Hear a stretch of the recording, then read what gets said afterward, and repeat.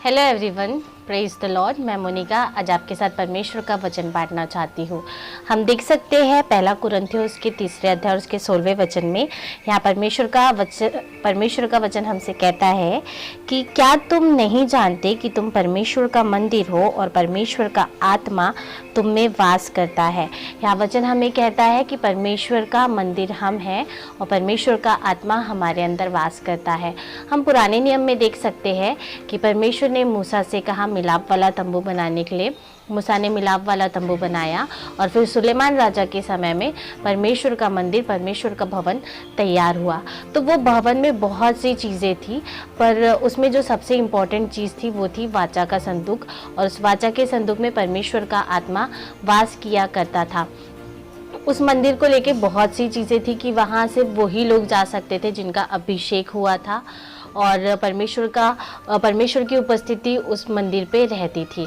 तो उस वाचा के संदूक में 3 महत्वपूर्ण चीज़ें थी। पहला 10 आज्ञाओं की पट्टी, दूसरा मन्ना और तीसरा हारून की छड़ी।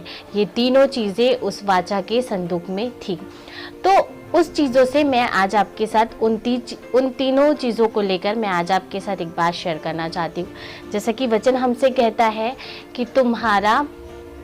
कि तुम परमेश्वर का मंदिर हो, जैसे कि हम परमेश्वर का मंदिर है और पवित्र आत्मा, परमेश्वर का आत्मा हम में वास करता है।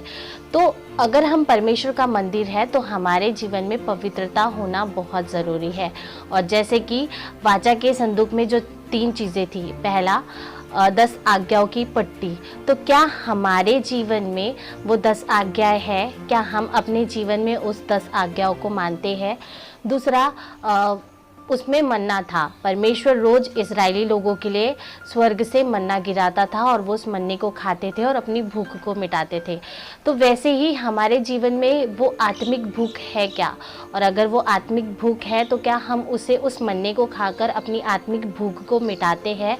और तीसरा थी हारून की छड़ी। हम देख सकते हैं पुराने नियम में कि हारून की छड़ी में फल फूल आ गए थे। इब्रानियों उसके 9वें अध्याय उसके 4थे वचन में हम देख सकते हैं, वहाँ पे लिखा हुआ है कि हारून की छड़ी में फूल फल आ गए थे, वो फलवंत हुई थी। तो क्या हम फलवंत हैं? क्या हमारे जीवन के द्वारा हम और लोगों को यीशु में ला रहे हैं? क्या हम फलवंत हो पा रहे हैं? अगर ये चीज़ें हमारे अंदर नहीं हैं तो हम परमेश्वर का मंदिर नहीं है, क्योंकि हमें ज़रूरत है कि जैसा परमेश्वर पवित्र है। पुराने नियम में हम देख सकते हैं कि वाचा का संदूक परमेश्वर की उपस्थिति को दर्शाता था। तो अगर हमारे जीवन में हमें परमेश्वर की उपस्थिति चाहिए तो हमें हमारे जीवन में इस चीज़ों को वाचा के संदूक में जो 3 महत्वपूर्ण चीज़ें थी हमारे जीवन में, उन चीज़ों को रखना सबसे ज़्यादा महत्वपूर्ण है। तो आप इस वचन को जैसे कि जानते हैं कि हम परमेश्वर का मंदिर है, तो इन 3 चीज़ों को अपने जीवन में लाइए ताकि परमेश्वर की पवित्रता आपके अंदर हो और आप परमेश्वर का मंदिर बने रहें। God bless you all. Shalom.